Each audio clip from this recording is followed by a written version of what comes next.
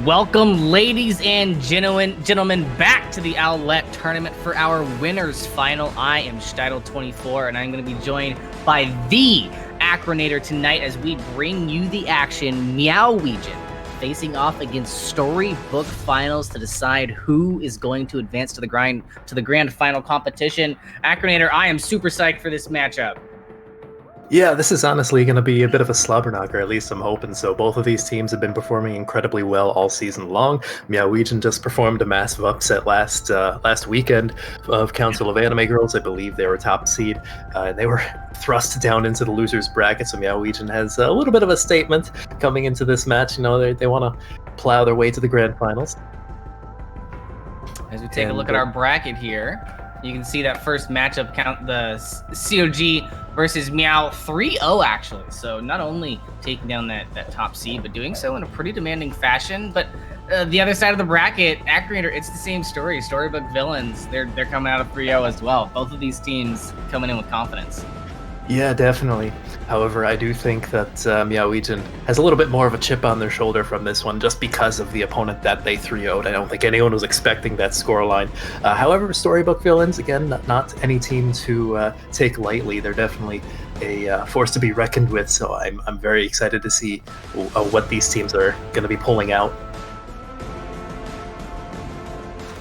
So it looks like going into Wegion Tower is probably going to be the first map pick, unless the teams are faking this out currently. That map has a decent amount of variety in terms of what they can play. Obviously, you have Control Center for the Reinhardt Brawl, probably a lot of Junkrat Symmetra there. In terms of Gardens and Night Market, we can see a little bit of Symmetra, possibly some Pharah or Echo, possibly some Orisa, since her recent buffs have made it impossible to headshot her in her Fortify, so she's been seeing a little bit of play as of late. So aside from Control Center, a little bit of diversity in terms of the compositions. I'm just asking for the same thing I ask for every time I watch a competitive Overwatch match, and that is give me a nano boosted Hammond. I don't care if it's get him to the point last and you've got your nano boost at the ready, or if it's an actual planned out thing. I just want to see the shiny ball. But going into Wegion Tower, like we were talking about, Meow is going to have a bit of a chip on their shoulder, but they're not coming in with their usual players. I believe they actually have a ringer tonight.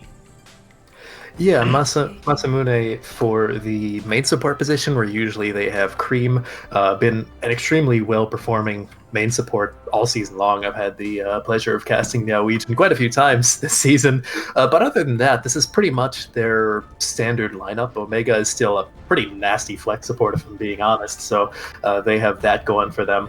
Storybook Villains, on the other hand, I believe this is their starting lineup that has been for the entire season. I've casted a lot less of their games, but this looks about right, all things considered. We are going on to Night Market, so for the time being, mind you, these teams are still at spawn, so they could swap up a little bit.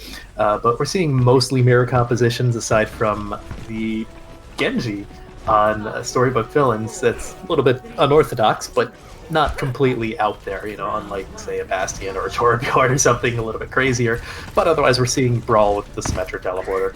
And that's just going to help them get to the point a lot quicker. Both the teams getting into the action immediately. Storybook Villains, however, weren't able to get the edge on positioning, so Meow going to be able to take that first spot as the kill comes through. And it's going to be an even trade, so not going to be too bad on either side of the fence, but Swanky Pants comes in with a big flank on the Diva, and that's going to take out the main tank from Storybook Villains, and without that Reinhardt, there's just nothing to stop the damage. Worth noting that Masamune has now lit up the kill feed twice, and he's the ringer as far as we know, so doing pretty well on the main support here, though not quite enough to secure the point, possibly. They were able to get Hudson back in there, and with Omega in the back on the Baptiste, able to do a pretty good job of keeping his Reinhardt alive for the most part. Big plays, point still hasn't gone anywhere. It's still in contention right now. Storybook Villains have the bodies on point, but an amplification matrix from Omega is going to get stuffed by that Symmetra wall, and that should be the point there for Storybook Villains. Meow are going to have to reposition, but no, they are not willing to give up the contest on this point. They've got some more respawns in, but the damage coming out big from Storybook Villains. Finally, it'll get pushed over to Storybook Villains. capture percentage, although there's quite a lot of ultimates online, including the Nano Blade. But then again, you do have Meow with both tank ultimates, both DPS ultimates, and they're coming up on the beat as well. Masamune doing a decent amount of healing there. Omega already used the Bat Matrix. I don't expect to see that one anytime soon, whereas Brutal One, I believe, used the Symmetra Wall later on into that fight. So there's a few ultimates that we will not be seeing, but otherwise we could be seeing an entire ult fiesta, as it were, coming into this next fight. I'm ready for the mosh posh of pressing Q and a quick turn to take care of that teleporter. So the initial plan not going to go through. Dragon Blade into the back line for Storybook Villains. Kirby Bro 64 finds himself a 5K, and you're still going to have the sound barrier. You're still going to have that shatter and that graviton coming into the next fight. Storybook Villains look really good right now. Yeah, especially because they only had to invest that Nano Blade. Not exactly the best combination in the current meta, just because you have so many things to shut it down, but Kirby knows his cybernetic ninja, apparently, because he worked his way around the point, dominated Wegion, and didn't allow them a chance to push Got him! Swanky Pants! Able to find the teleported Diva Bomb for 2, and they're pulling out some fancy plays here towards the end. However, Storybook are going to keep themselves on point for a little bit longer, but a late contest comes through from the Wisp, so going to have to regroup with the team, not able to keep that contest going. Yeah, however, if your Storybook Villains there, it's not really the worst case scenario, because they're just outside of 1 fight territory. They're at like 1.5 fight territory. So they really just need to come in here, use like 2 ultimates, Graviton, and maybe beat if they need to. Take the point, and then save a few for the upcoming stall coming in from Wegion, because they really don't have much aside from both support ultimates coming online. They're going to use that Symmetra Wall to get themselves into the point. Graviton comes out, but an Immortality Field is going to delay the inevitable for a little bit longer and allow for Masamune to get that sound barrier online. The Amplification Matrix, however, is more of a window into their own soul than it is a window of an opportunity, so they're going to be losing that point handedly. Yeah, however, Wegion will have a little bit of time to contest. It's going to be a staggered fight, but they will be able to contest here. They're actually making quite a few swaps to the Winston from Swanky Pants, as well as Misled Elf, swapping off of the Symmetra onto the Echo. Not sure what they're planning with that, possibly just trying to get a touch in. Kartik and Hudson are coming up onto their ultimates, but the Nano Blade, crucially, is just about online for Storybook Villains. Use this Winston to get rid of the turrets, but they're gonna have to face another Dragon Blade from Kirby Bro. Able to find one and put enough pressure onto Meow Wegion for Storybook Villains to secure that win. Swanky Pants was probably 2 inches from contesting the point there at the very last moment. That was a beautiful sleep from the Ana from Storybook Villains from Echo Force. That was 1 in a million shot. I'm not sure if the stream caught it, but it was beautiful from my perspective. So a little bit of a demanding round there from Storybook Villains. Meow Wegion did manage to get about 40%, but other than that, Storybook Villains really just controlled the entire tempo of that round with the Nano Blade and cycling their ultimates really well. They used basically everything they had for the recontest when they recaptured point. But other than that, I mean, they were so close to the Nano Blade, I'm not sure you can really blame them. Interesting compositions from both sides. Storybook Villains keeping the Symmetra, whereas you have a Reaper Tracer from Meow Wegion. I'm curious to see how they approach this point. They're definitely looking to play a little bit more grouped up, but a quick kill. And Meow's going to start off purring as they find that opener. Storybook Villains now into a 5-man fight. It's Kirby trying to get something done in this side window on the Genji. Is able to put a little bit of damage into Masamune, but just not going to be getting the work done. Point not going to be going anywhere for now. The brawl really working for Meow right now as Hudson's able to find this opening pick. That's going to be big for the Reinhardt. Already has the Shatter online. First fight going to come in big for Meow Wegion.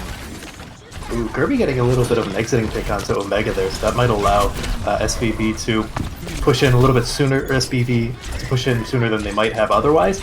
They do have the Nano Blade, and there's quite a few ultimates online, but they're going to need to be careful about this damage. Yeah, you can already see Misled having a bit of an issue picking their points. A big boot from Wisp to get Kirby out of the fight, and did Hudson take their own leap of faith there? Yes. I don't know if they were looking to see what was in the koi pond or at the base of the tower, but they did not find what they were looking for. Storybook Villains are going to be able to take this point back pretty quickly as well. 27% for Meow. Yeah, however, they did invest the Nano Blade from Kirby and Echo, so they will not have that for this upcoming fight. And Meow Wegion do have the Diva Bomb, as well as that, and the Reaper Death Blossom coming up rather soon. A lot of pressure on Kartik to get this going. There's Death Blossom online. Able to pop it into the back line and takes Echo out, but the self-destructive Psychopath is going to put a quick end to that Reaper's reign. Meow Wegion will have a self-destructive of their own coming into the next fight, but Storybook Villains have been able to keep a pretty confident hold on this bridge area. Yeah, and you see Kartik swapping off of the Reaper onto McCree. I don't blame him there. The Reaper is valuable if they're going to be pushing through the White Room onto their left side, which they actually currently are right now. But the McCree is just kind of universally viable in any position on this map, so he's probably going to find a little bit more value. The Blade is ready for Kirby, but Echo doesn't quite have the Nano, so I'd be shocked if they use that right now. And an early bomb coming in there from Swanky Pants just to get them on point and make a little bit of space. The shatter comes down from Kobo, and he actually takes Masamune out while finding 3 others. And Kirby's going to be there to sweep up the rest of the team. Pulse Bomb comes out from Misled in a bit of what I'd call a misplay.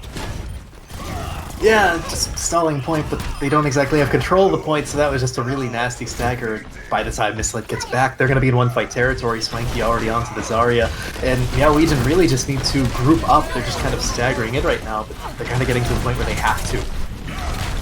They do, however, understand Storybook Villains have the Nano Boost online, and they're trying to keep it at bay with the Coalescence and a Shatter, but neither are going to land it in the back. It's up to Kartik, able to find the flashbang, and with the help of their Moira, take care of that Dragon Blade. And Meow taking the point, putting their ult economy back on top, and they've got a chance again. That was a really weird engagement. You just had Hudson and Masamune and Kartik running forward with literally just a 3 versus 6 essentially, and they somehow managed to scare Storybook Villains back to the bridge. I guess they were expecting some ultimates to come out that didn't come out for quite a while. There goes the speed boosted High Noon around the corner. No defense matrix to stop it, so Hudson's gonna fall. Kirby into the back to try and build up another quick blade, but it's up to Kartik and the Deadeye. Shield and defense matrix in their way. It's gonna be a difficult task and won't benefit from the reload either, so just a bit of a scaring tactic, if you will. But another Nano coming up from Echo Force. Onto the Reinhardt, and Cobalt is all but so happy to find it. Press W into the opposing McCree, but a Sound Barrier gonna keep things alive. There's a shatter as well from Cobalt as they get taken down by Kartik as well. Misled still tracing around on the Tracer, trying to find a little bit of purchase into the back line, but can't really get past Brutal alone on this McCree, as they're going to fall to a headshot as well. Control percentage nearing 90% from Meow as the self-destruct gets tossed in by Psychopath. It'll find 2, and that's going to be huge. Oh, that bomb from Psychopath might have just saved her team. Yep, now it's just cleanup. I don't know if Meow Wegion can touch. Actually, no, Misled is back. Not for long. So that didn't really last very long. Now I don't think anyone else can touch. Yeah. Oh. Had a celebratory Dragon Blade into the Koi Pond. But yeah, Storybook Villains making a statement, coming in with a little bit of a supposed disadvantage, you know, coming in against the team that 3-0'd the top seed. And making a statement that they're certainly not to be trifled with. Cobalt perpetually on really low health this entire series, and somehow managing to stay alive. I think that's a combination of really good shield management and just his supports doing a brilliant job of keeping him up. Always make sure to thank your supports, ladies and gentlemen. And honestly, right there, that shatter is a shatter that Reinhardt's dream of. I mean, everybody was not into there in a nice cone. You can just press Q, close your eyes, and you don't have to worry about it. But Meow Wegion do have some worries right now because, like you said, coming into this, you've got a deep roster. You've already been able to accomplish an upset. But on the other side of the battlefield is Storybook Villains, who they've got members like Brutal One, who's literally been in Owlet since Owlet began. I mean, they've got some veterans there, people that who've been playing in this tournament setting for quite some time. Significant to note that Cream just joined spectators in the lobby, so I'd expect him to get subbed in for Masamune. So yeah, Wegion does have their full roster. Oh, that's their main support back in. That is their main support, so that is going to be rather crucial. And while Masamune certainly wasn't the reason that they lost, Cream is honestly probably one of the better main supports I've seen in Owlet this season. So this very well might be the tide turner that Meow Wegion needed, especially if Cream, like many main supports, is one of their primary callers. Then maybe their comms weren't up to par. In general, though, Meow Wegion didn't look terrible. They just looked a little bit split at times. They would kind of approach point at different angles, never fully coalesce to take advantage of the crossfire that they created. So that allowed Storybook villains to just focus on, two people off to the side, focus them down, then worry about the rest of the people approaching from main or from a different flank. Regardless, I believe the next map is going to be Escort, if I'm not mistaken. And for the most part, we've been seeing Rialto. But technically, Route 66 I'm okay with that. I am perfectly fine seeing Rialto. I feel like, Rialto came out and everybody was like, oh, I hate this map. But, I love playing Ash, I love playing Hanzo, and I love playing Wrecking Ball. And all three of those are viable picks when it comes to Rialto. And look at that. It looks like it is Rialto. But you spoke a little bit about how Meow Wegion didn't really look like they were all together, and how Cream might be that glue to kind of bring them back, be that shot caller. And that's really important coming to a map type like Escort. When you're playing on Control, you get to be a little more 1v1, and you get to play it a little more deathmatchy here and there. But that's not really the case when it comes to these objective-based map types like Escort. Yeah, definitely. However, I think regardless of how good Meow Wegion group up, now they do still need to worry about Echo Force and their anti-nades, because that was a complete a kind of unspoken menace throughout the entirety of Lijiang. They're consistently getting 3-4 man anti-nades, and that's basically a fight win by itself. It's one of the strongest, if not the strongest, cooldown in the entire game. So Echo Force really just a complete menace on the Ana if they decide to stick on it, which pretty viable on Rialto, if I say so myself. Very much so. I'm also a little bit curious as to why I'm shouting out the team captain of Meow Wegion. You have a main support named Cream, and you haven't forced one of your players to make an alt account named Cookies. You are missing opportunities here. Come on. What expectations for Cream, though? I see you guys in chat popping up and hyping up the Meow Wegion there. Always amazing to see the support. But composition-wise, defense, I like it, but it's not something that I often see on Rialto. Yeah, this is honestly harkening back to almost exactly a year ago, aside from the Baptiste as opposed to a Moira, but we did used to see this McCree-May brawl. Meow Wegion's actually going for this very early hold. If it works, they could run down the clock dramatically. If it doesn't, well, you'll see. Well, they are in. They've pressed W, but already using out the ice block. Misled. Trying to run down the Reinhardt. It's going to work. They find 2 kills, but Brutal on the back line. Able to find one as well. And a sleeping Diva. There she lie. Not the best for for Meow Wegion. Storybook villains are going to be able to take this fight. Get some extra ult charge, some extra picks. But Meow Wegion will be back very quickly for another contest. One of the things about these Escort maps when you do that front door hold is you get another fight pretty quickly. Yeah, and interestingly enough, the target focus was good enough from Storybook villains, especially from the DPS, Brutal One and Kirby, to not really need to swap over to something like a Pharah or, say, a Doomfist that sometimes is needed to get out of that close hold on Rialto. So it's pretty good target focus from them, and they got out pretty quickly. Oh, no, Cobalt. Yeah, it's a rough situation, and the healers wish they could be there for you, but Ana not able to heal through solid ice. And without their Reinhardt, you're going to see Storybook villains kind of dissipate and scatter as they're trying to get away from the rest of the members of Meow Wegion. Kirby just doesn't care. In the back line on the Genji, he's like, the rest of my team's gone back to spawn, but I'm having a lot of fun over here. So I'm just going to keep on playing the game. Yeah, and if you're Meow Wegion, you're pretty happy with this hold right here. It could have potentially turned into a snowball all the way to the very end of first point there, but they managed to keep it in this courtyard. Now that they have, the High Noon, the Shatter, they're going to have both support ultimates. Oh, and the High Noon comes out and finds Hanzo, and because of the Immortality field, Swanky Pink able to take the Dragon Blade offline as well. Nano Boost gonna get spent in that fight for Storybook Villains and Meow. And this is their pick, this is their map, this is where they feel comfortable, and it is showing.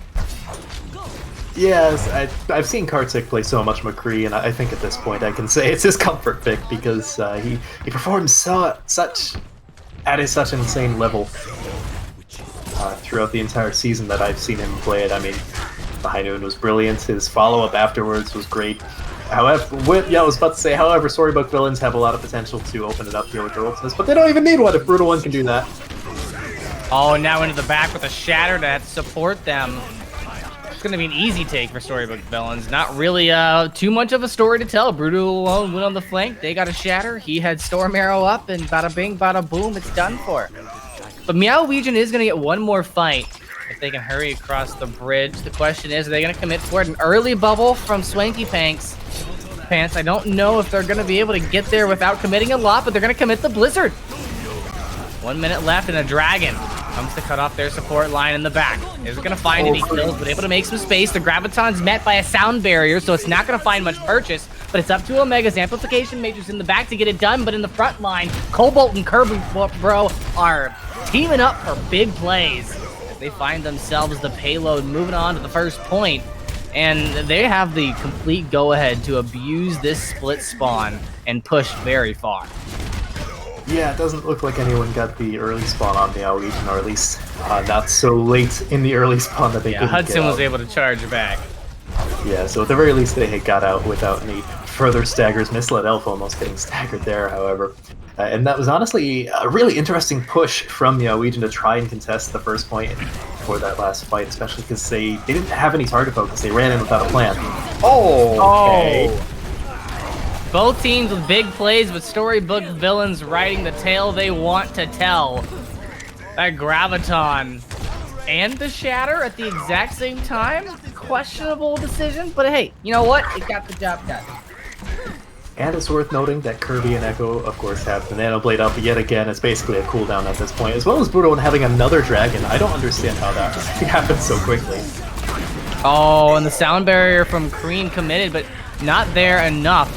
So they're going to be able to find that opening kill on the charge. Payload should be able to find the second point, and Swanky Pants now not in the most fortunate of positions. Cream trying to speed boost away, but a high charge Zarya chases from behind, and another story of taking the point and then taking a massive amount of space. Oh, and Dagobah just lighting up the kill feed there for some pretty crucial staggers. Omega is certainly a rather important pick. And it's worth noting that they're going to have Grab Dragons, they're going to have Shatter, Storybook Villains are, whereas on the defense, they're going to have Omega's Baptiste Matrix and Misled Elf's Blizzard, which is going to be a little bit difficult to utilize to stop the cart against what the offense has in their back pocket.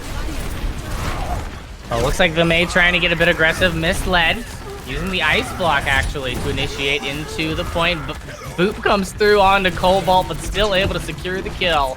As the payload continues to move, Storybook Villains really have not had too much of an issue dealing with what Meow Wegion has thrown at them, except for that first point. Once they gained momentum, the payload's been relatively slow, but there's the Blizzard at the very, very end. Graviton to make sure that they can't get anything special from it, but Brutal One not going to be able to find themselves the exit, and there goes Hudson into the mix with the Tesla Cannon.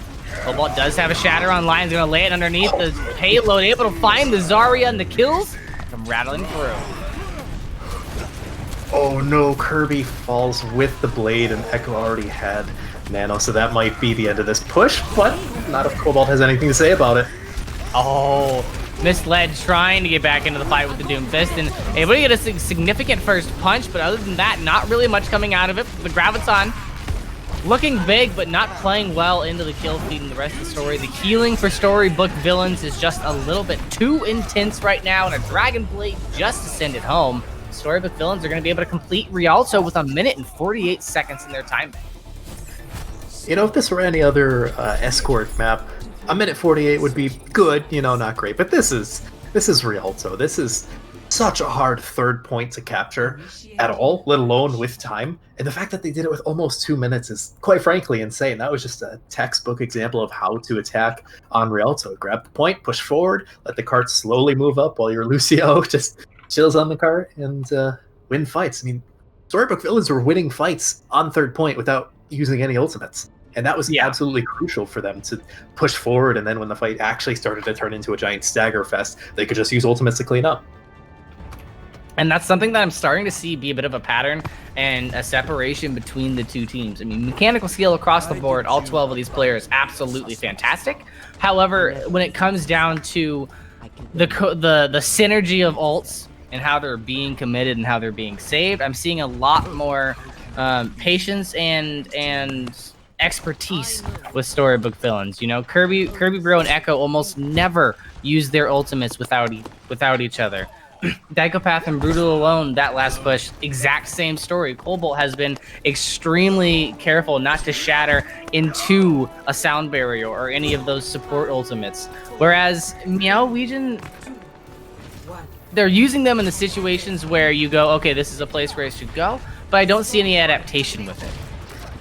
Yeah, they're kind of being reactive as opposed to proactive like Storybook villains are, and I think setting that tempo is what's allowing Storybook villains to kind of set the pace of the game and just kind of play how they want to play. They feel more in their comfort zone at them, and especially, you know, because they haven't changed anything up with their composition as opposed to Meow Wegion, who's now running the double bubble.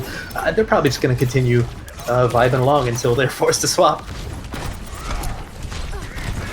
Very happy to see Double Bubble back into the meta once again. Ooh, Hudson, however, diving in and gets the bubble, uses his own, and barely able to get out with their life. The corner is going to get met. Storybook villains, this is where they'd like to plant their flag, and Kirby Bro and Dykopath both able to team up and get the job done in the back line so that the front line doesn't have to worry about it. And Storybook villains, here it is again. Same strategy. Win the fight and take every inch of space they'll give us. And I think it's made so much worse in terms of the time bank because Meow Wegion, once they start to lose the fight, they try to run away. But, you know, these are Masters players for the most part. They're not going to let you get out. They're going to stagger you. They're going to push in. They're going to punish that. So you really have to get into the mentality of just die on cart. Everyone just go in, feed once the fight is lost, so you can reset that much quicker and together. You know, instead they're backing up, they're pressing the S key. It's really not working, especially because they don't really have any ultimates, whereas, you know, look at the defense. They have multiple combos coming up very soon. Misled, trying to get an early kill, or at least a bit of a distraction on the Sombra. And able to get some damage in, but other than that, gonna have to be going back. There goes the hammer down. Doesn't find any targets from Cobalt, but a nano boost is gonna help them press W and M1. Into the back line go the Winston and the Echo from Meow Legion, trying to hunt down supports and Hanzos alike, but not coming up with any fruition there. Storybook villains doing a good job of collapsing onto their back line to protect everybody there. Yeah, and while you do have a decent amount of ultimates now coming online for both sides, Meow Wegion included, I think they're sort of at a little bit of an impasse because they're not playing double bubble like it normally is. Hudson is using his jump back to engage as opposed to disengage like he normally would.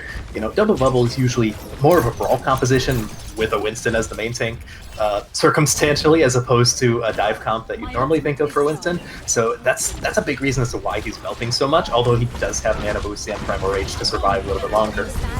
Oh no, the Graviton's gonna get a whole handful of squishies, and there's not really much there to stop it. Oh, whoa, what? Still, Meow Wegion able to answer back with a good hack. On the Cobalt, there will be no shield where they expected it to be. And that's gonna get the ball rolling. The snowball's been knocked down the mountain. Storybook villains are gonna have to back out, and I'm not quite positive if they're gonna get another fight without really hard committing. Yeah, they're probably gonna have to commit the beat just to get in there. Or the dragons, that works too. It's not gonna work. They can't.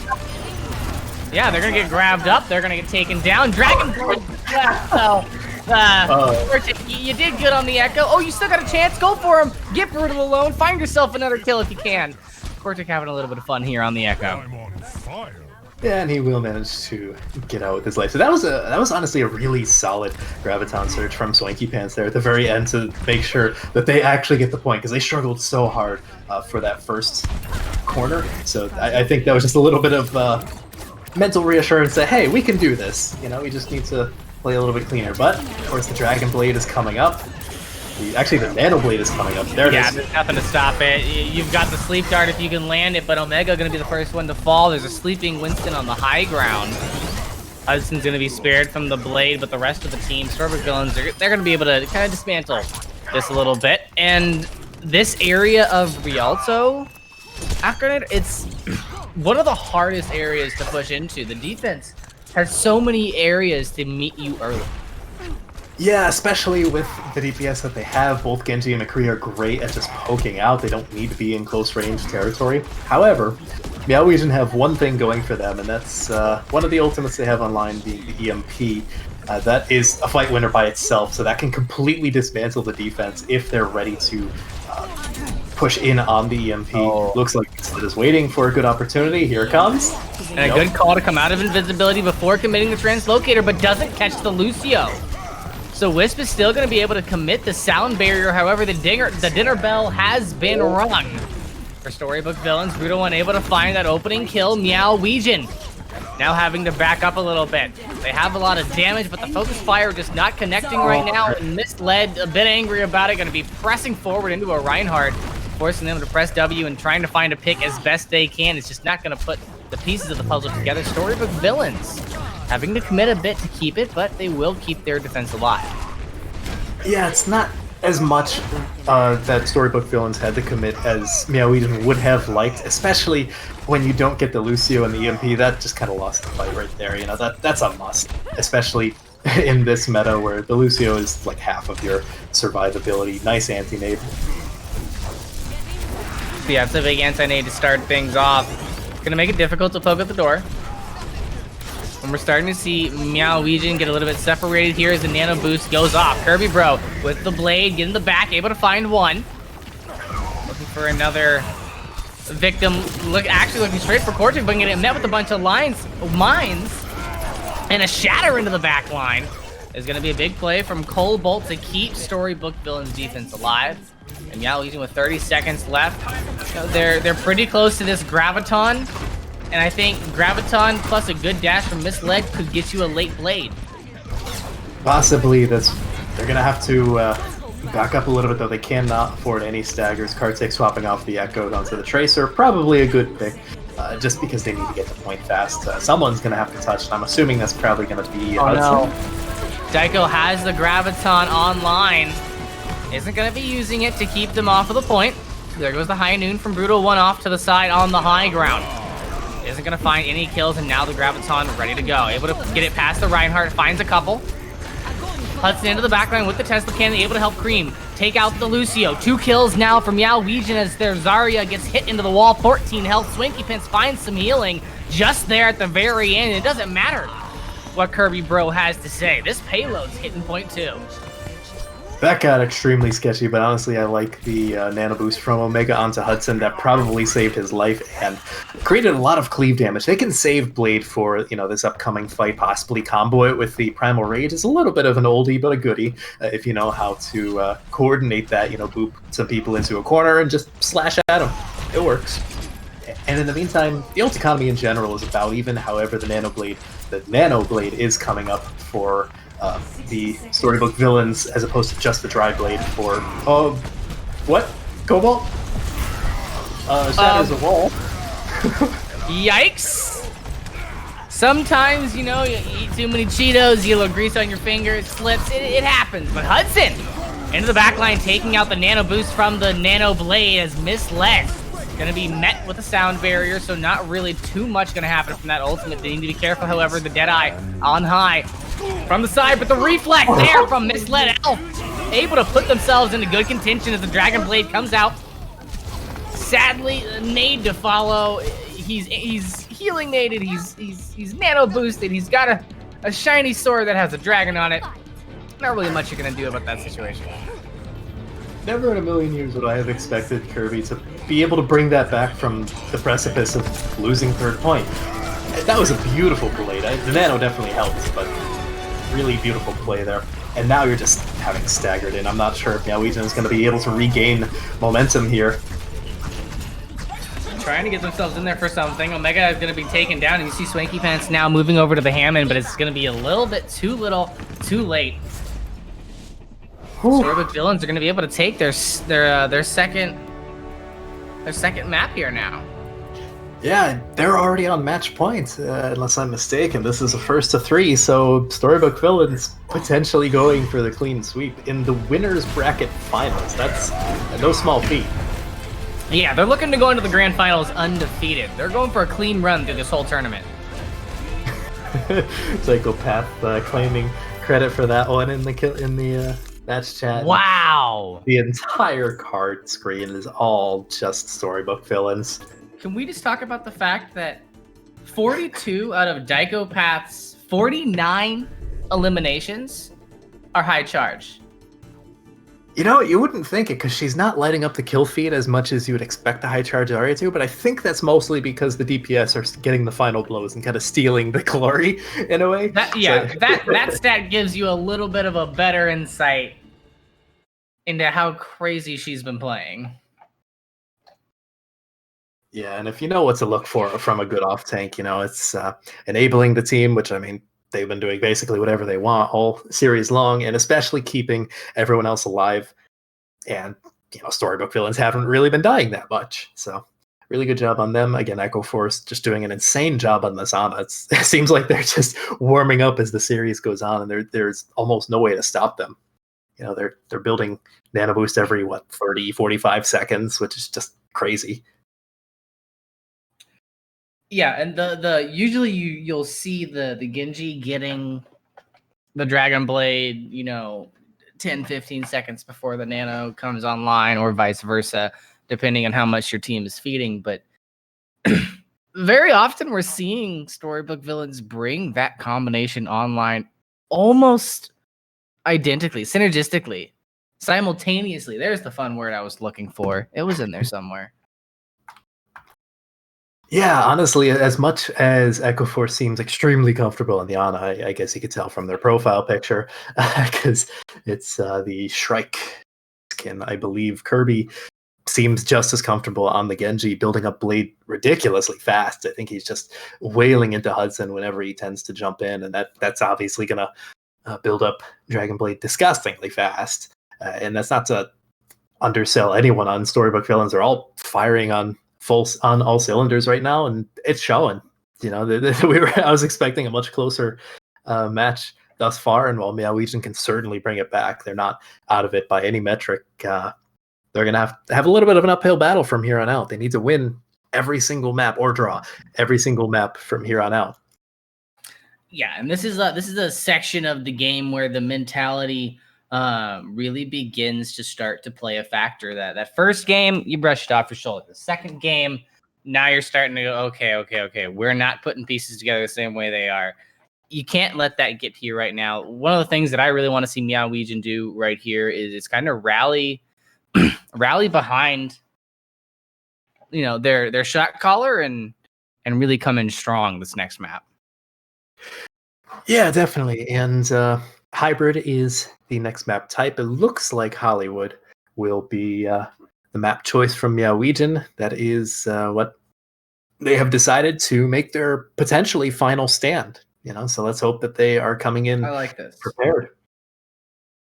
Looks like this is. I think this is a good pick for Meow Wegion, just because we've seen them playing that double bubble a lot. Yeah, and Hollywood is a really good map. Both first and second point. The third point gets a little bit hairy, if you will. But it's a great map for double bubble. There's a lot of verticality, and a lot of the time defense going to have some sort of form of long-range hit scan to abuse those sightlines. Yeah, however, Hollywood is also a really good map for verticality, meaning Genji is extremely viable here. Yeah, Kirby insta-locking that. I mean, it's been working so far, so why not? You know, Brutal One can kind of swap over to whatever he wants. He can take the Hanzo that he's been popping off on all series long, or swap over to like a soldier. Yeah, a lot of things. Bringing out the legs.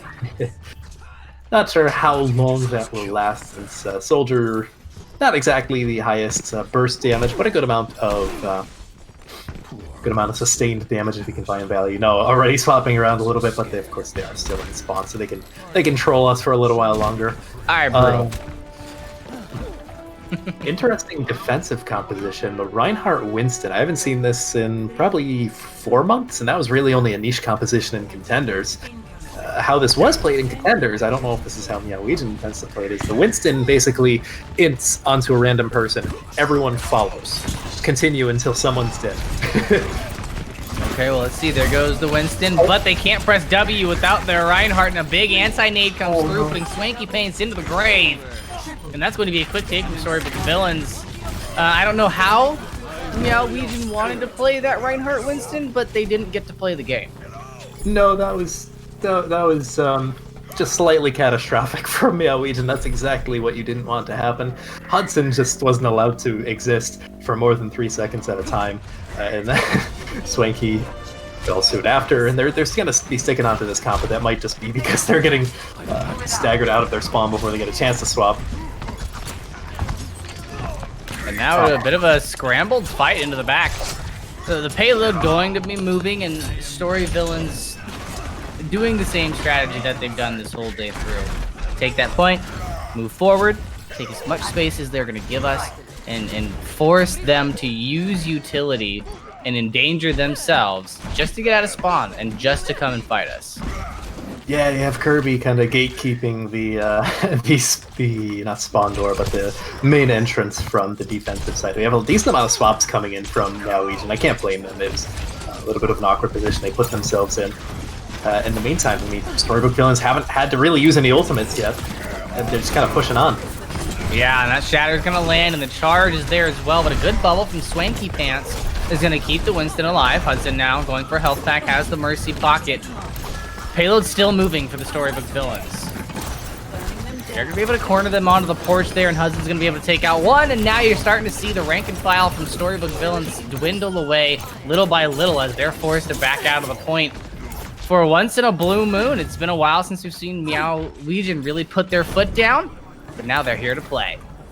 Yeah, definitely, and thankfully this is the first time that the card has finally stopped, or point progress rather, has halted for Storybook Villains, so now Wegion has a little bit of time to recompose themselves, figure out what they want to do. They're coming up onto that Nanoblade rather quickly, but Storybook Villains has their own. Yeah, that Dragon Blade with the Nano Boost into the back, Swanky Pants doing their best to dance on the high beam and keep themselves alive, but will fall as a Nano Boosted Winston endangers the front line of Storybook Villains. Hudson still using the Tickle Cannon to their best ability, trying to track down Brutal One, able to find the kill, and Lucio stuck in a corner with a Winston and a Genji. Not a great story, but able to get out alive. The Wisp still has the sound barrier online, which they need to be mindful of. Misled on the Genji with the Dragon Blade available, needs to draw out that sound barrier if they want a clean ult. Yeah, definitely, and in particular, it's going to be difficult to try and draw that out for the most part. I mean, nothing else aside from the Dragon Blade is really going to warrant a beat, so if you're the Wisp, you just stay alive, hold beat until you hear the angry Japanese man. In the meantime, though, you do have quite a lot of ultimates in favor of Wegion. I mean, they have the duplicate that they can use for the time being, try and get something out of that, possibly get a duplicated Nanoblade. Oh no, the sound barrier doesn't catch everybody. It is able to catch those in danger. Brutal One now onto the high ground on the Soldier in the back line. Nobody paying any attention to what's going on above them except for Cream on the Mercy, Valkyrie, and putting a little bit of a contest on a Brutal One, but not enough. The damage coming in for free from the back line is going to completely dismantle the defense. Storybook Villains thought they were done with the Dragon Blade, but Kartik had other plans. However, they did have to use a lot of their ultimates to really get a neutral fight. However, this is looking pretty good for the defense. Neutral fight is the exact opposite of what that was. The Graviton, the anti-nade, all ingredients in a recipe baked by Wegions for Storybook Villains. And that cake said, here you go back to spawn, try again. 2 minutes on the clock. They've had a pretty good defensive hold here in the last few turns of the Western world.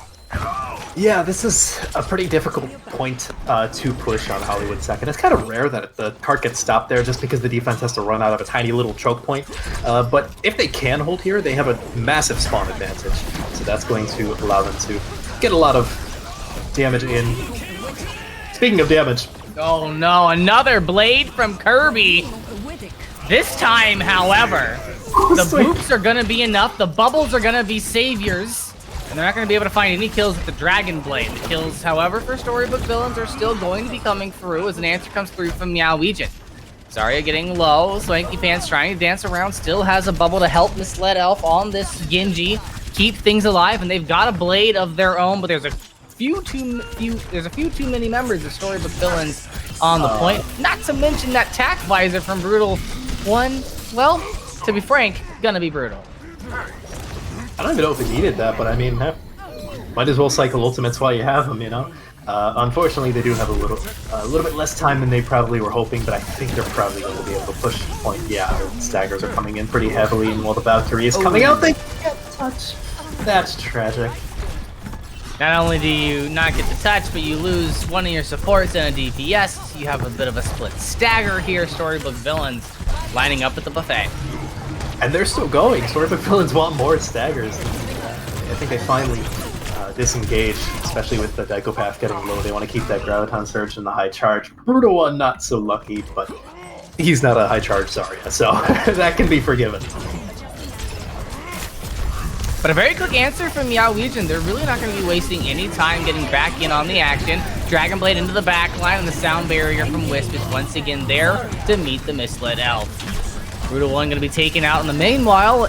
Meow Wegion left without a main tank. Going to have to kind of dwindle back. They have the Echo with Cortic, but Storybook villains are pretty much just line of sighting. Graviton does finally get used, but there's nobody there for follow-up damage, and you get taken out of the ult. It's really just a stall at this point. A minute left on the clock for Storybook villains, and a Nano Blade once again in their pocket. Oh, but they're not going to be able to use it, at least. They'd be fools to. 6 people are in the Graviton Surge. Never mind, they're out of it. Never say never! Especially when it comes to Kirby Bro and Nano Blades. There it is yet again. Storybook villains, they've found a sequence of an order of operations, if you will, when it comes to this engagement. Yeah, and crucially, Echo Force didn't even have to use the Nano Boost there for Kirby's Blade, so they still have that whenever they want to use it. And speaking of which, there it is, Brutal One getting a little bit of love for the first time all series, I believe. It's the first Nano Boost he's gotten. And this is just cleanup at this point. If you're Wegion, you just want to stall to overtime. Yeah. You can get this to OT, it'd be a wonderful thing, and Swanky Paint's doing a good job of just kind of bopping around on the Hammond, allows for the Reinhardt to get back. There's the Doomfist there now as well, and you got it 12 seconds. It's not overtime, but it's a nice time. Yeah, at the very least now, Wegion, if they capture all 3 points in overtime, it's essentially going to be the same amount of time. 12 seconds isn't going to make that much of a difference. So they did as good as they could have in that final hour. But, of course, Meow Wegion need to make a bit of a statement here with their offense. You know, if they can roll through, get a good time bank of a minute plus, possibly like 2 minutes plus, then they're going to be sitting pretty. Yeah. That's what I want. I want to see a strategy come out. I don't want to see let's pick these heroes and see what happens. I want an executed rotation. I want a May wall that's, you know, that puts you over the environment. I want something crazy. I mean, it's the winners finals. This is the time to pull out everything you've got. Speaking of everything you've got, Kirby for the first time all series, I believe, is not on the Genji. Instead on the Doomfist. I am liking this. Doomfist is extremely lethal on this point in Hollywood in particular, because there's so much artificial cover for him to just duck and weave through, especially having Dichopath on the Zarya. That's a free punch, free cooldown essentially, where you don't have to worry about anything because he's bubbled. Looks like Meow Wegion are still contemplating what they want to run. They got about 5 seconds left to figure it out. They got half of their team not picking heroes yet. Okay. They're talking it over, you know, they're going over each individual already planned out strat that I'm talking about. Picking the best one. You wanted Maywalls. I wanted Maywall, I did. I think they were listening. I'm kidding, ladies and gentlemen, we're on a delay. Kirby Bro, though, not letting anybody get in for free on this Doomfist. Able to find a big first punch, but Hudson answering back.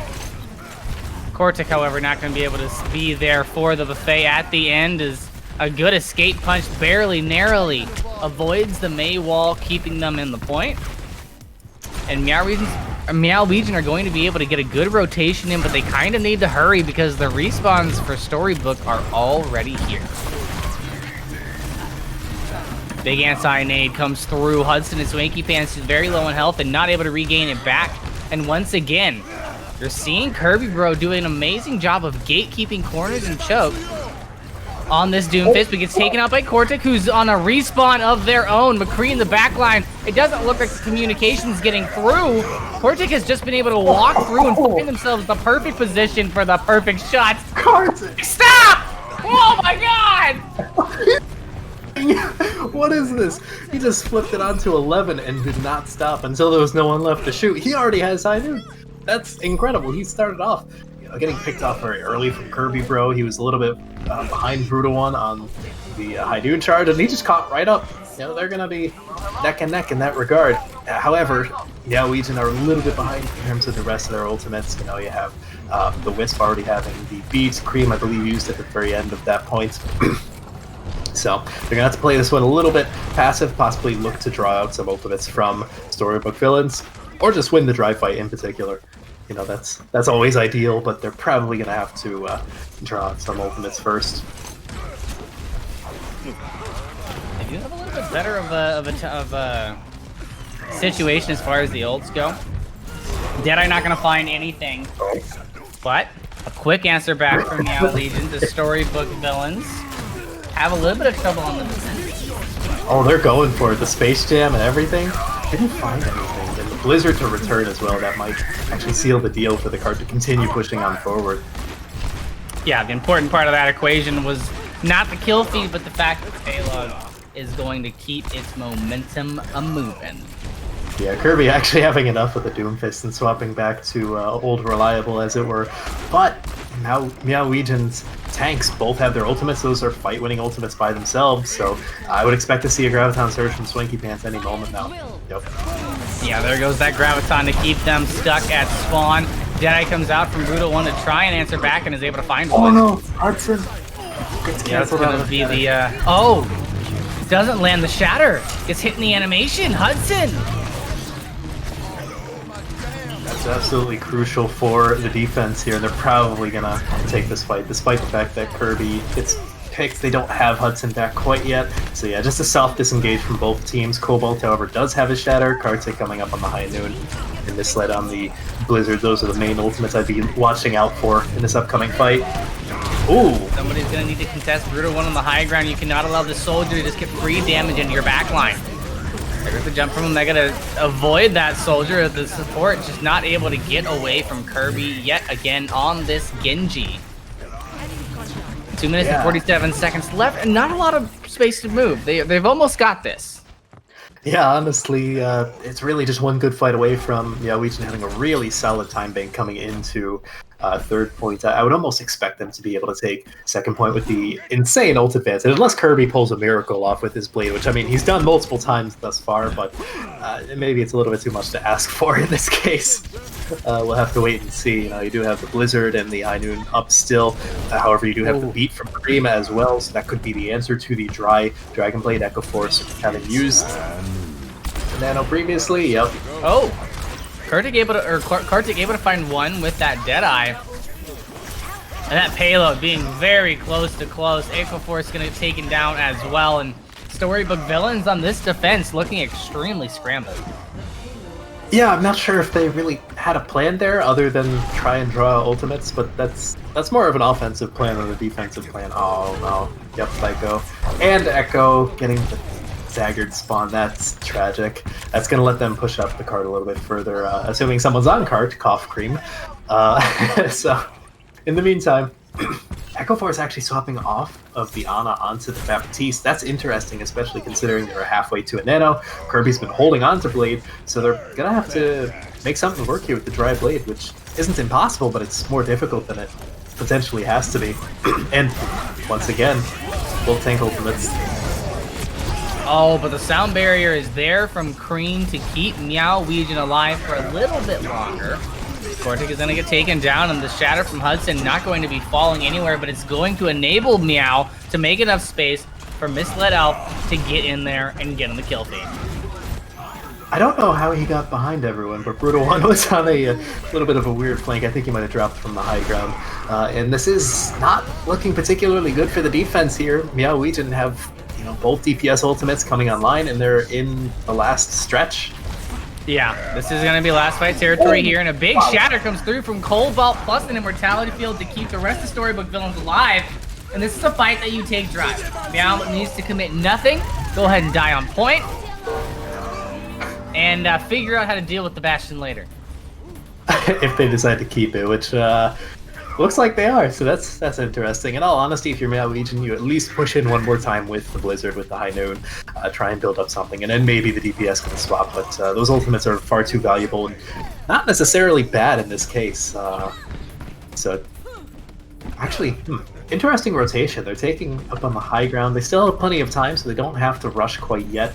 And especially where the card is, this is actually a rather valuable position for them to be in. They don't have anything to get rid of the Blizzard. It's like a diva, so... Enabling their McCree onto the high ground. The Deadeye is going to come through from Kartik, but it's not going to find any kills. Blizzard onto point, putting Cobalt on ice, but the Reinhardt going to be able to... Oh no, not going to survive. Cobalt does get taken down. That's going to enable the shatter from Hudson, and Meow Wegion should have no difficulty parking the car. Yeah, that's a team kill. That was a beautiful play.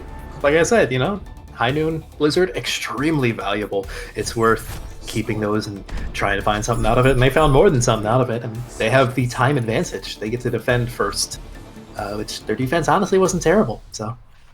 And I liked what I saw out of Meow Wegion this go around. They look like a completely different team here on Hollywood. We're seeing, move together onto the higher ground, get our McCree into place, get the Deadeye out there, speed boost us into the point, get that distraction while we go, brawl onto the payload. Maybe you can get a pick with the Deadeye. Plays like that, I want to see more of, and I need to see them on the defense. Yeah, unsurprisingly, we're seeing the exact same thing from Meow Wegion that they just played on their offense for their defense. It's a good composition. No reason to swap it up. Actually, we're seeing almost a mirror comp outside of Psychopath on the Diva for now. So, might be seeing a little bit more tame gameplay than the crazy Genjis and the Bastions that we have been seeing from Storybook villains. But at the same time, that can create some rather exciting plays, although albeit without many ultimates. They only have a minute to push. So we'll have to see how they want to approach this point, because they really only have one good fight and then maybe a quick fight after that. They need to be very careful. Are going to be running the Diva. And I'm a little curious about this. Swanky Pants has been using this Zarya. It's going to make things a little bit difficult. Brutal One trying to get something going on the flank. Flashbang lands, but the shots do not.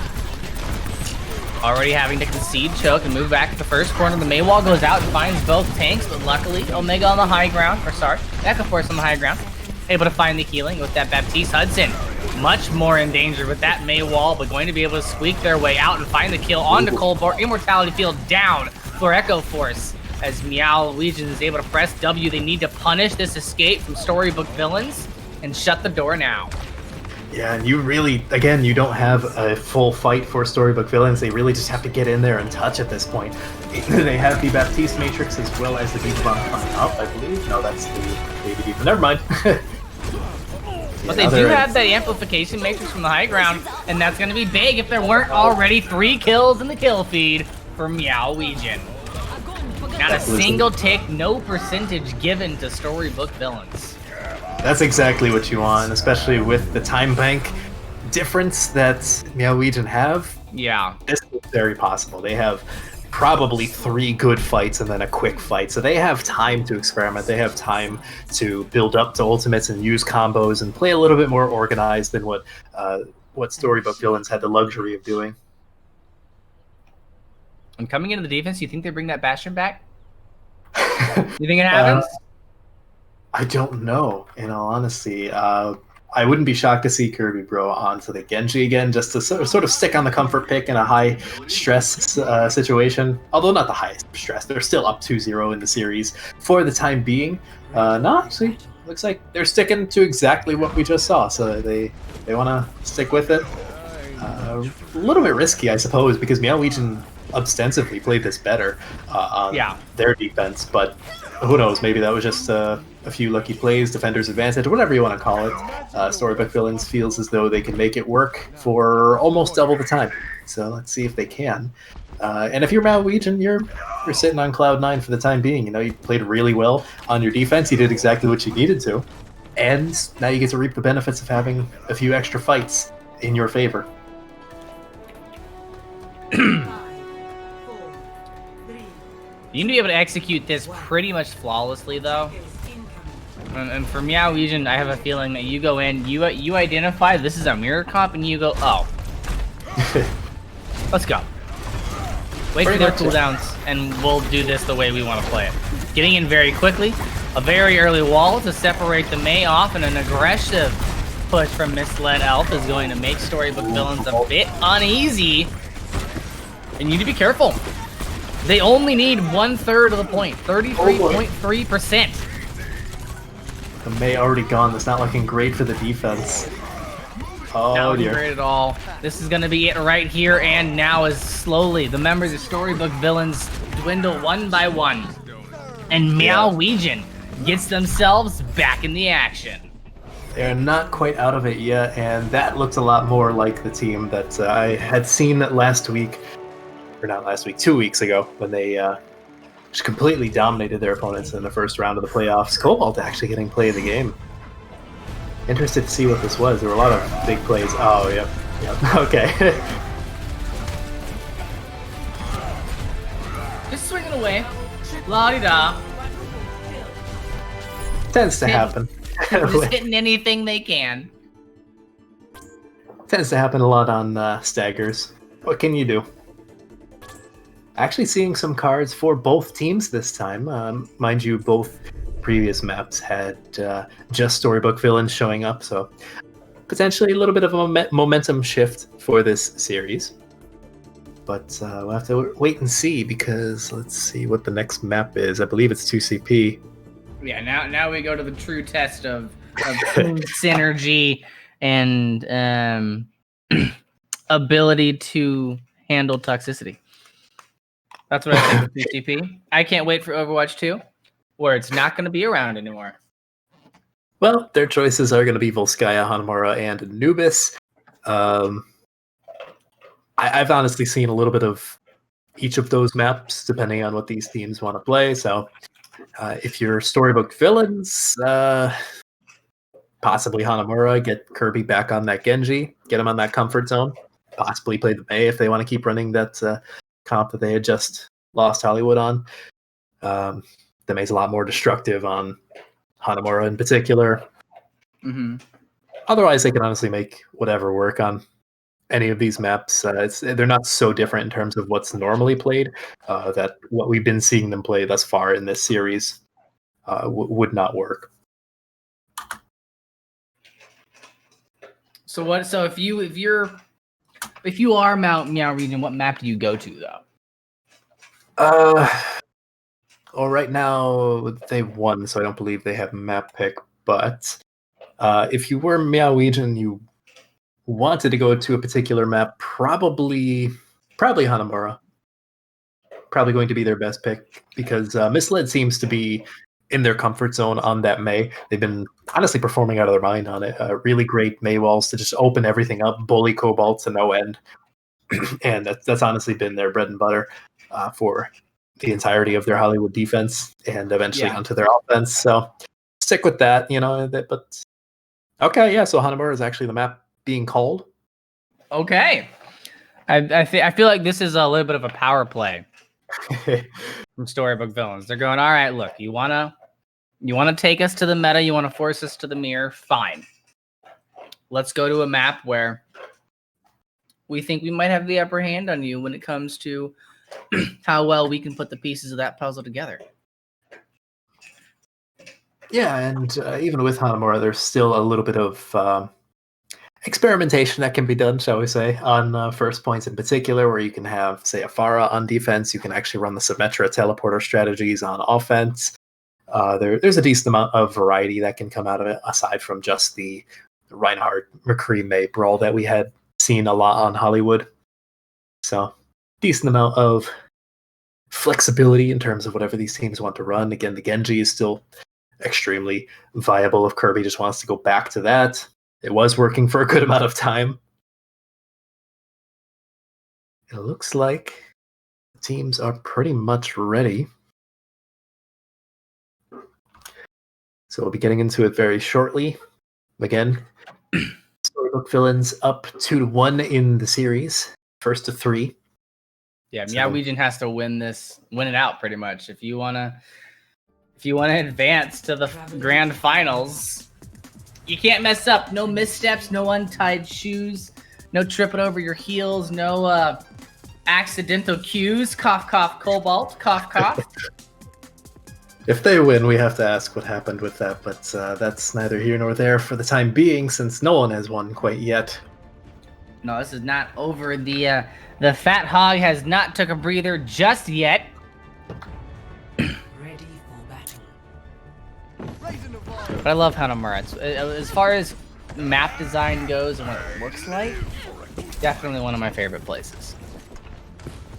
Okay, well, no real surprises in terms of the defense. Exactly what I was expecting from them, outside of maybe Omega onto the Baptiste, but Diana's perfectly viable here, so that's no big deal. In terms of the offense, I wouldn't be shocked if they ran out on this, but at the same time they are in spawn still, so they're allowed to to swap it up a little bit at the last second.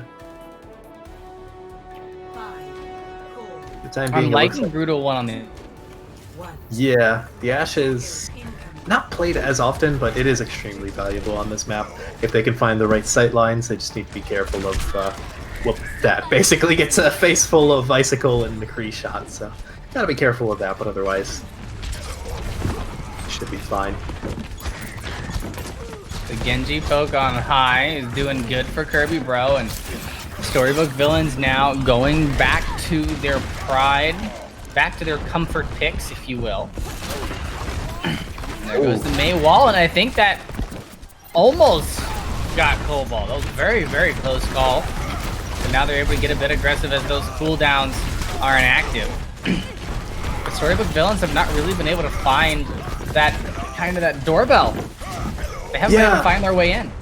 Yeah, you did have Kirby aggressively dashing in, which, I mean, previously in the series it worked, but it didn't quite work that time, as you saw the health bars for Storybook villains slowly tick down, and Meow Wegion didn't even notice a thing. You know, they were completely unfazed by the Genji in their backline. It's like he just lasered him down. That was the end of that. So Omega already to a nano boost. However, Echo Force not far behind Kirby. Notably, however, a little bit behind on the Dragon Blade charge for probably the first time this series. A testament to the difficulty of pushing in to this choke, though. Oh, hammer lands. Ice walls there just in case, and both Reinhardt's gonna go ahead and don that shiny electric armor as they get their respective nano boosts. This is reading the charge well, and a freeze under Cobalt is gonna put him into dire straits. 2 kills go through from Meow Wegion. They're gonna have the Bob online, Dragon Blade coming back from spawn, but they're gonna have to deal with the sound barrier from Cream, which, you know, that's all you really need to stop that Dragon Blade. May and a sound barrier. Pretty much, yeah, especially with quite a few ultimates like the Graviton Surge, the High Noon already online, the Blizzard coming up soon thereafter, as well as the fact that this is going to have to be a dry blade because Echo Force used the nano boost to answer to Meow Wegions. However, Brutal does have Bob. Oh, and there goes the High Noon Cobalt. Stuck on the wall, can't do anything about it. Brutal one onto the high ground, trying to get some shots peppered in, but isn't able to connect the dots. Swanky Pants able to keep everybody safe, and Storybook villains very slowly trying to put things together. I think they're gonna wait for this Nano Blade, mix it with the Graviton, and that's gonna be their next big win condition. Probably. Ironically, this feels a little bit like a role reversal from earlier in the series, where now it looks like Meow Wegion have a very good understanding of what they want to do, what their win conditions are, and Storybook villains are kind of daggering out. They're not really sure what their plan is, other than this. Yep, there goes that Nano Boosted Dragon Blade, but the sound barrier is there. Swanky Pants able to catch them in the mid with that Graviton. So Meow Wegion prepared, ready and knew exactly what they needed to do to dismantle that attack. Another big Meow comes through, and a Graviton's going to get the majority of Meow Wegion, but everybody's already dead, so there won't be a lot of follow-up damage. Kirby far behind on a flank, trying to get a little bit cheeky on point, but that's not going to work anymore. Meow Wegion are starting to warm up, and they're no pushovers. They took out Council Vengeance. Yeah, they're pretty warm by this point, so the Storybook villains really need to play a little bit cleaner than trying to be cheeky with it. They're going to need Kirby's damage on the front lines, or just a little bit behind that. They're going to have to work with the ultimates that they got, especially with the Blizzard now online for Misled Elf. He can use that whenever he feels. Wouldn't be surprised to see it go into the choke now. And be able to separate the Ana and the Widowmaker from the rest of the team. Misled Elf even going to take Brutal One out of the fight completely, and it's really just that Genji on point with the support from Echo Force all the way back at the choke, but Misled Elf going to go ahead and cut off that support line, and Meow Wegion are going to have a full hold here on Hanamura. Storybook villains, this is that moment where you might start shaking in your boots a little bit. They are coming back, and they're coming back strong. Yeah, if Meow Wegion has anything to say about it, they are going to create a reverse sweep. All they need is one tick, and they got 4 minutes to do it. Mind you, Storybook villains failed to do so as well, so there is a potential for a full hold and a draw Namora, infamously. But there's still potential for a win as well. If you're Storybook villains, probably going to want a little bit of a stickier defense. They're not performing up to the same level on this brawl that Meow Wegion are, so probably swap up the DPS a little bit. The Junkrat's probably a good pick here. However, if Meow Wegion run out on what they currently have, which I don't see why they wouldn't, this could be a little bit of a funky offense. And mind you, again, they have 4 minutes, so they can take a push or two with the Symmetra and get a little cheeky with it. So they have the time and the ability to deal with this. Kirby, on the other hand, is going to have to almost expect the possibility of a Symmetra, because it is a popular strategy on this map, especially on this point of this map. So he's almost got to be looking out for it. I don't know if he set a trap. It doesn't look like he set a trap in the common teleporter position, so maybe they just aren't expecting it, which might be their undoing, depending on how fast Meow Wegion are with these Symmetra rotations. They're going to need to be very fast with the excess damage coming in from Kirby. Yeah, they're just going to go straight forward all the way to the point. The May wall's there! Oh, they're going to have to contest from the side. That's going to force the Ana Echo Force to get on the point Force Cobalt. However, able to find a charge and put them up on bodies, but only for a wavering second. Misled Swanky Pants both able to find themselves into the kill feed. And Meow Cream now at 60% to the nano boost. Just have to deal with the pesky main tanks, and Cobalt keeps shaving off the members of Meow Wegion just long enough. The kills now coming through for Hudson, and Swanky paints the tank duo for Meow Wegion as they put themselves to a 2-2. We're going to map 5. No more draw potential. This is going to end one way or the other. Storybook villains trying to prevent the reverse sweep. Meow Wegion trying desperately to make it happen. This could not have been a better series. I was worried it was going to be a blowout, but yeah, this is as close as it is now.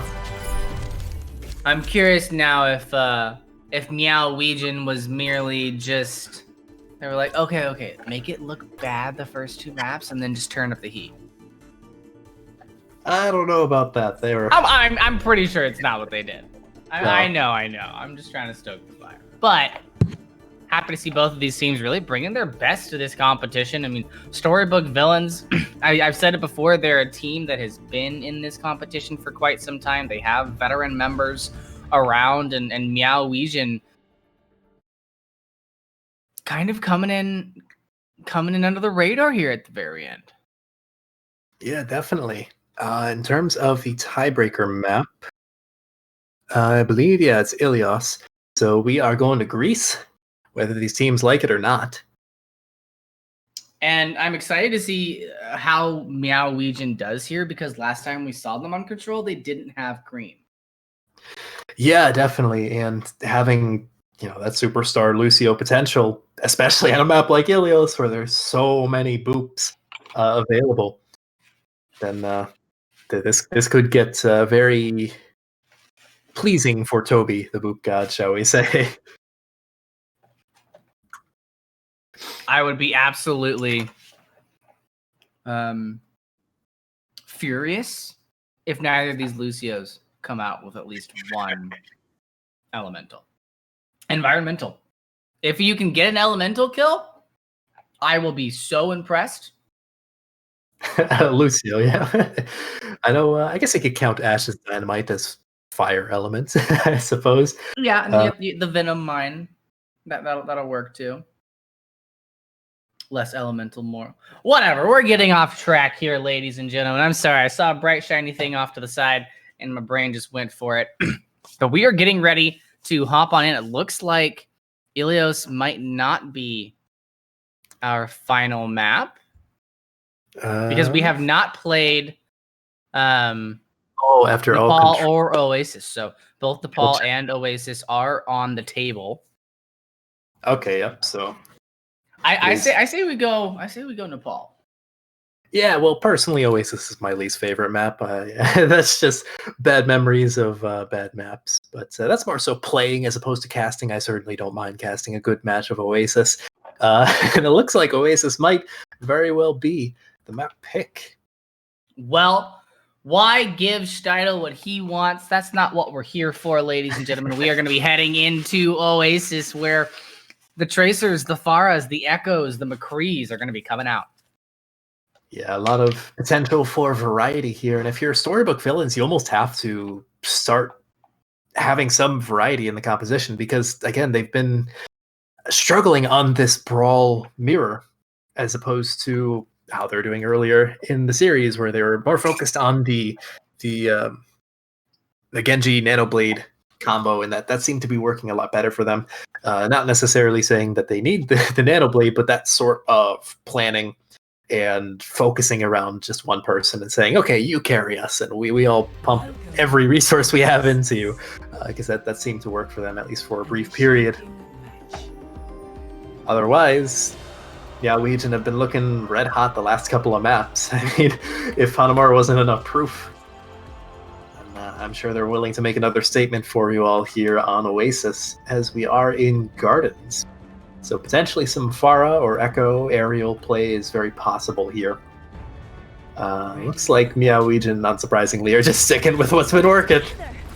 They're sticking with what's been working, and Storybook villains are taking the elements of what worked and keeping them while moving everything else to a pretty strong dive. A little bit confused of how well the Brig is going to be working into this mix. In all honesty, she's just going to have to be bodyguarding the Ana of Echo Force, because neither of them have very much mobility. Mind you, no one on the side of Meow Wegion has a ton of mobility outside of Lucio's speed boost, so the Death Ball's going to be sticking onto the front line more than likely, waiting for the dive to come into them and just kind of deal with it from there. However, it does create a few openings for Brutal One. Speaking of openings, that's a beautiful anti-nade.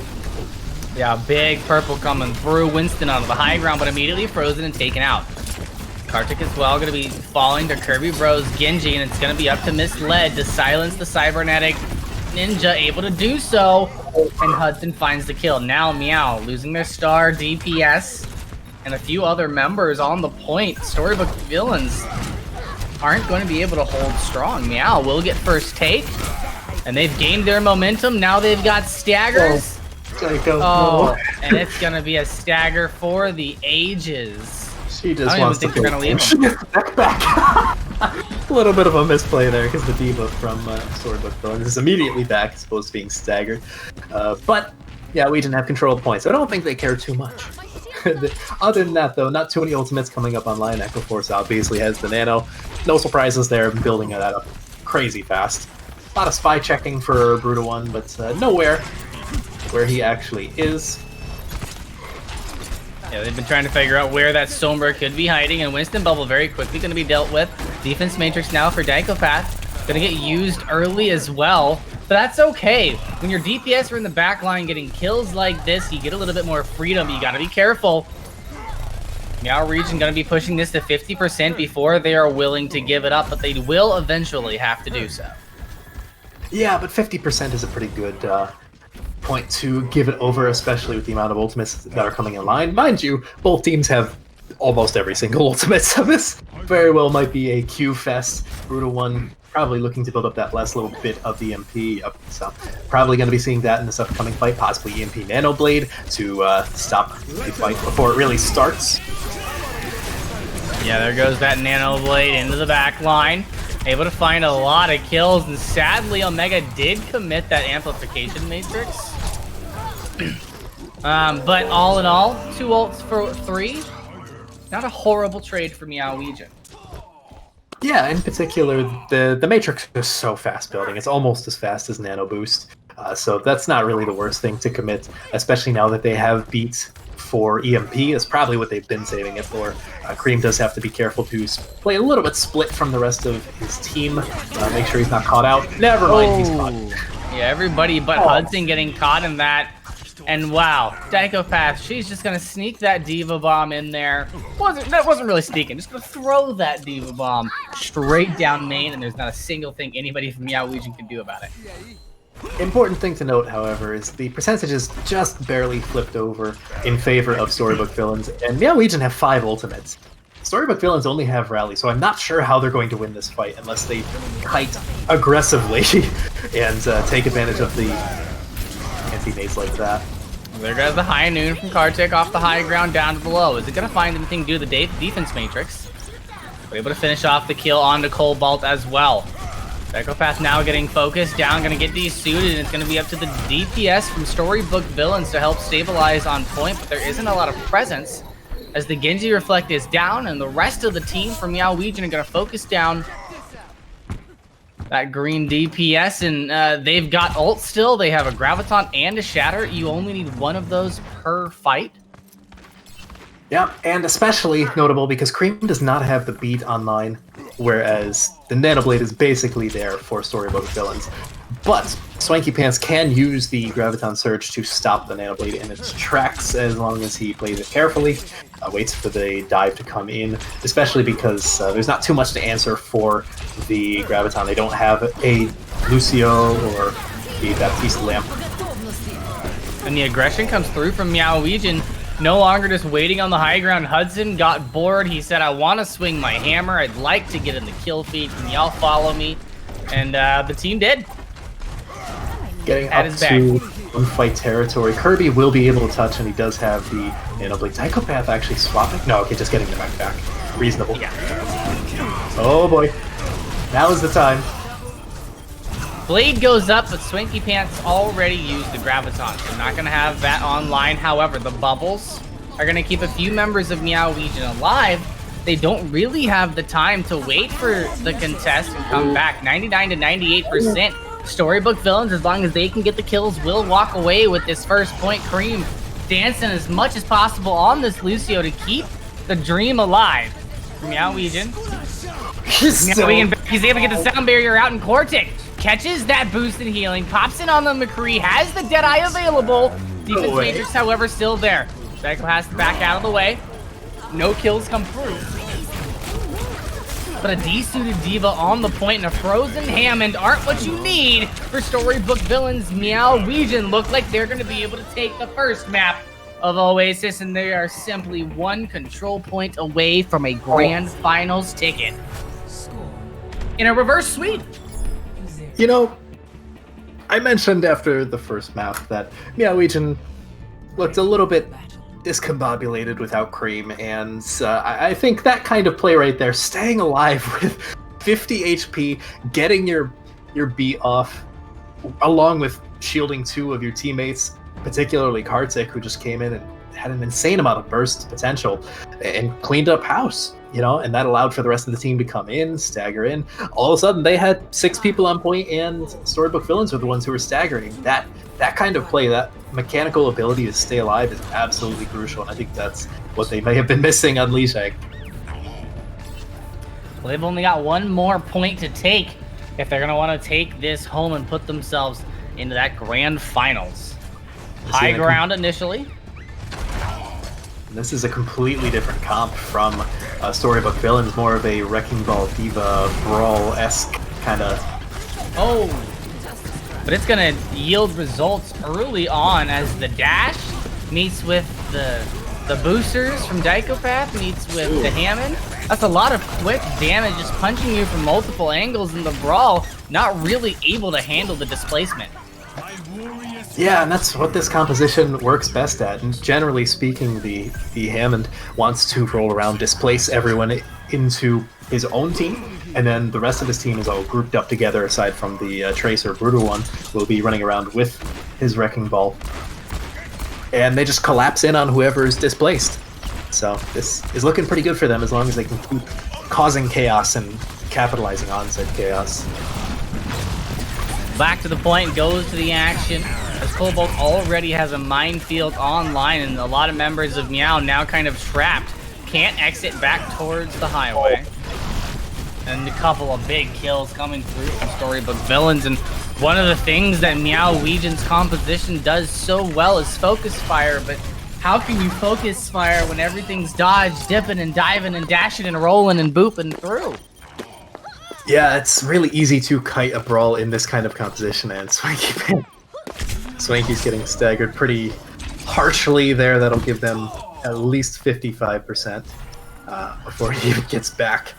So that is looking pretty good for Storybook Villains, especially with the amount of ultimates that they have coming online. You do have the Blizzard and the High Noon, as well as the Beat coming online for Meow Wegion, but they need to actually establish themselves onto point before really being able to utilize any of those. The Blizzard in particular is going to have trouble finding value. Such a mobile enemy, and a pretty predictable ult. The quick movement ability gets you out of there. The Dragon Blade goes up, piggybacks off the roll through, but Kartik able to end that ultimate. But they need to be careful of that Hammond on high. Meow gonna be there for the self-destruct just in case, but a lot of mines in a small area. Good job on Meow Wegion on getting out of that situation. But it's gonna give the members of Storybook Villains a bit of a safe spot if they need to duck away from damage. Yeah, and it looks like this fight might actually be going in favor of Meow Wegion for the time being, but if you're Storybook Villains, you're sitting pretty, because you already got 99%. You just need one good fight. Build up ults, take your time. Also get out and don't stagger yourself, because that's just giving Meow Wegion more ultimates, but it looks like they're getting there eventually. And the beautiful thing about that Hammond composition is that you can just kind of poke around. You don't have to be with your team and say, okay guys, wait, now let's push on to the point. You have a little bit of freedom as long as you're not, you know, pile driving into a full 6-man squad like I do in my gold competitive games.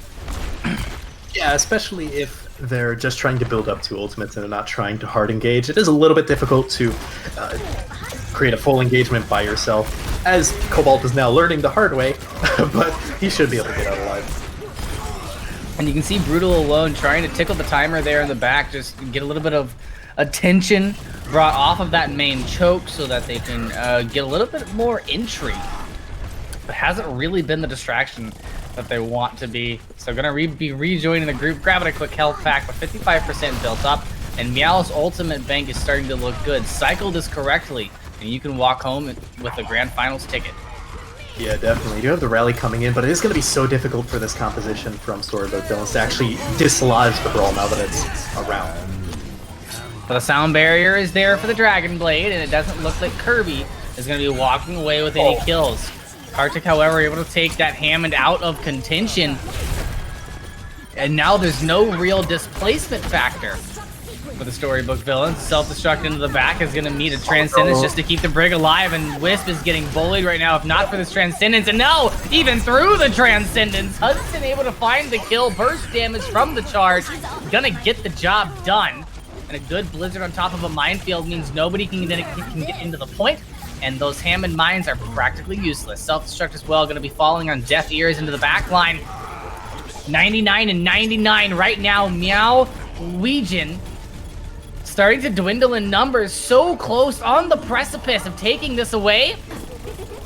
And Kirby getting taken down right before the Dragon Blade is brought online. Cream once again trying to stay alive to bring the sound barrier online. Coalescence from Omega on the verge of existence, as well as the stagger picks come through from Meow. trying to get back to the point as quickly as possible as Hudson on this Hammond. Able now to get the support of the sound barrier from Cream. Coalescence to try and put this nail into the coffin, but they need to hurry because Kirby's coming back with the Dragon Blade. There's the blade. Isn't able to find the first kill, but goes after Cream and gets one there. Cobalt's able to find a kill on the counterpart. Hammond has mines available. And I think this is where Meow Wegion might have to dwindle down. The overtime respawns, leaving them ill-equipped and down on bodies on the point. Yeah, and it looks like it will go the distance, because of course it is. Oh, when this much is on the line, you love to see it, or I guess if you're the teams, you hate to see it. This is probably terrifying for them, but we are not them. We get to enjoy in their suffering just a little bit. And relish in their victories. Sorry? No, go ahead.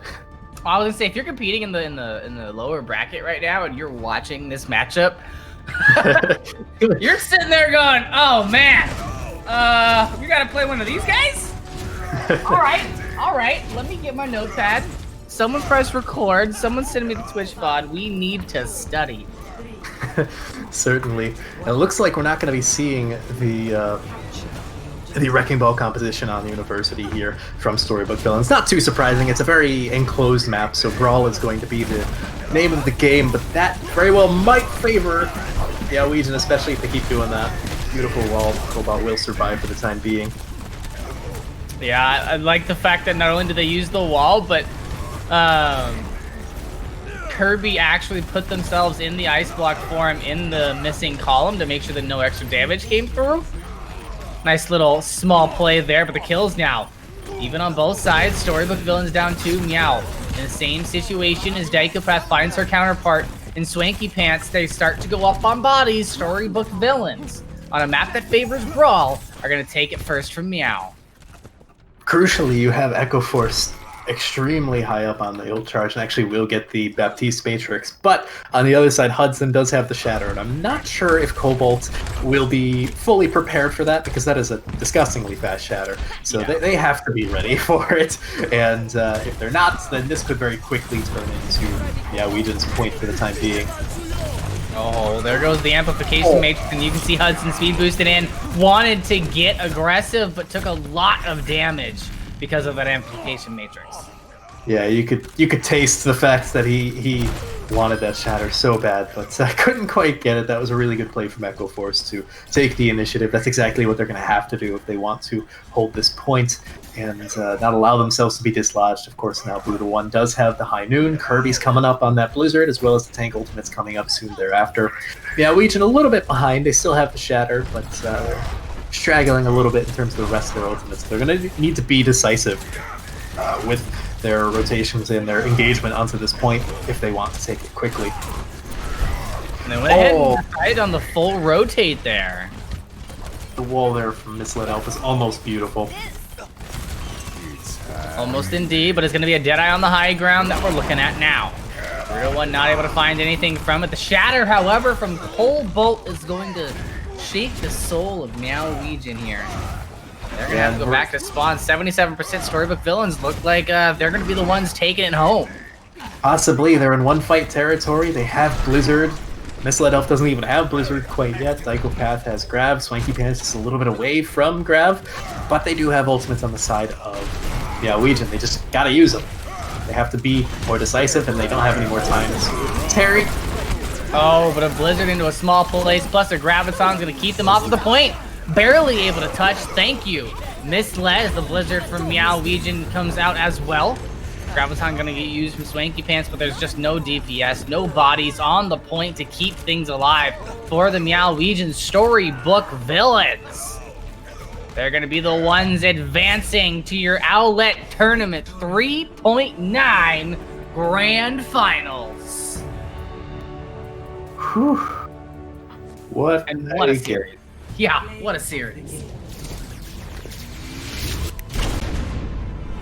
Oh, this has to be the EMP bomb setup.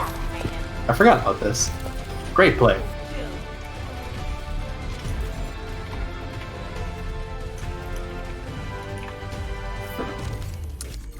Let's see if there's any amazing cards to come out of it. I mean, 58% kill participation from Brutal alone. And the only real card that we see on the board for Meow Wegion is going to be for Cream. Yeah, definitely. If you're Meow Wegion, you don't have to be too ashamed of your performance this match. You know, they almost brought it to a reverse sweep and very well could have. You know, just a little bit of potential jitters or just slow play at the very end of University on Oasis to give Storybook villains a slight edge. That's all they really needed.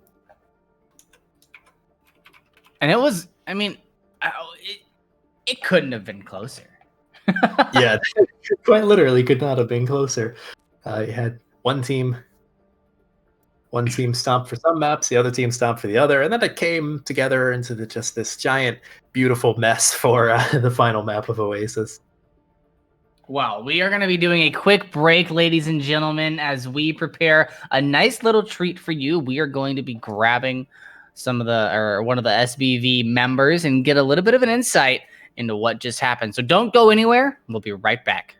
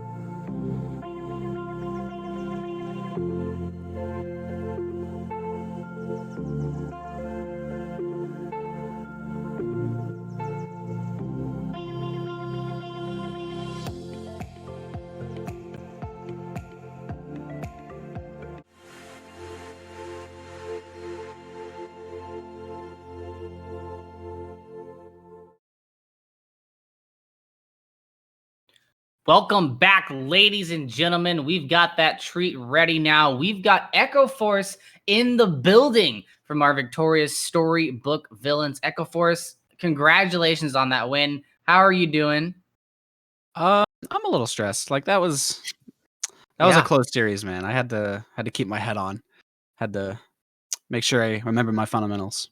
Yeah, speaking of a closed series, before I hand it over to Acronator, I just wanted to talk a little bit about how did it feel coming out of that fourth map when that the devastating duo of you and Kirby on that Genji Ana started to kind of wane off a little bit. I mean, to be frank, like it was like my fault. I was just playing some of the worst Overwatch I've played in a really long time. So I think the synergy between our teams just kind of fell apart. I had my own personal things, but we kind of had a little team talk, and going into map 5, we knew our win conditions. We knew what we had to do, and we just did it. Well, it showed up on paper. You guys definitely looked like you'd gotten yourself a nice splash of water there going into map 5. All right. Yeah, Well, going into Oasis, you guys obviously played almost a different composition every single map, if I'm not mistaken. Were those compositions that you played planned for those rounds of Oasis, or was that just kind of a hey, we're feeling this?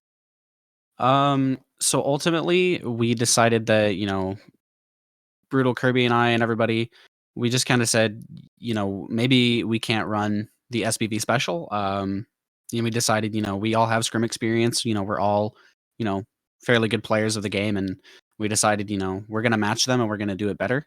So we played, like the Ball Diva comp with the Brigzen on. I'm drawing a blank on the map name. I'm gonna be real with you. Downtown? Downtown, yes. And then for for Gardens, we definitely wanted to play the Monkey Zarya or the Monkey Diva because it's very, very strong. Of course, the Kirby Echo duo held true there. And then of course on a University, we just kind of outbrawled. We just did our thing. And speaking of outbrawling them, for maps 3 and 4 in particular, it looked like Meow Wegion were getting the better of you during the brawl mirrors. So, what do you think allowed you to sort of push past that barrier and kind of be the better brawl team at the end of the day? I think ultimately it came down to we had a few seconds to calm down. We had a talk about how do we accomplish what we need to accomplish? How do we shut down what we need to shut down? We started doing more intense like fight planning, better comms, and then ultimately I started like hitting my shots, and I kind of got out of the little funk that I found myself in.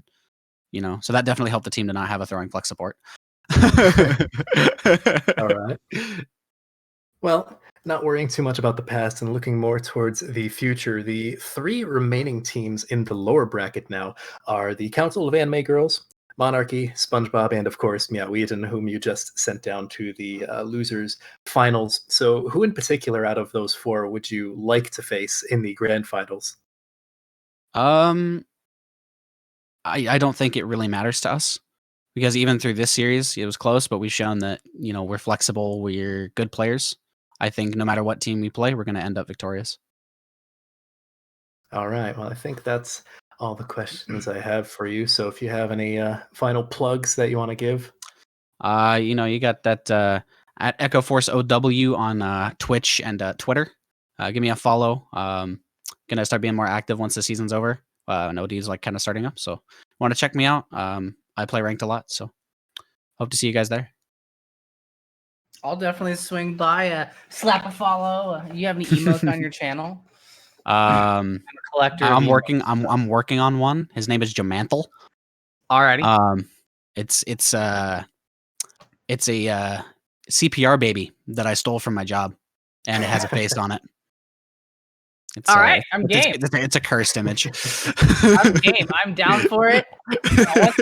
Once again, congratulations on your win. Make sure you take that congratulations back to your team, Echo Force, ladies and gentlemen, the wonderful Anna from the Storybook villains. Thank you. with that, ladies and gentlemen, I think it's going to bring an end to our night, but we want to leave you with a good memory. So take a look at that bracket, because that's the journey that these teams have been in. Now you can see the bottom bracket starting to fill out a little bit more. And now it's for Storybook Villains. It's just a waiting game to see who rises to the challenge.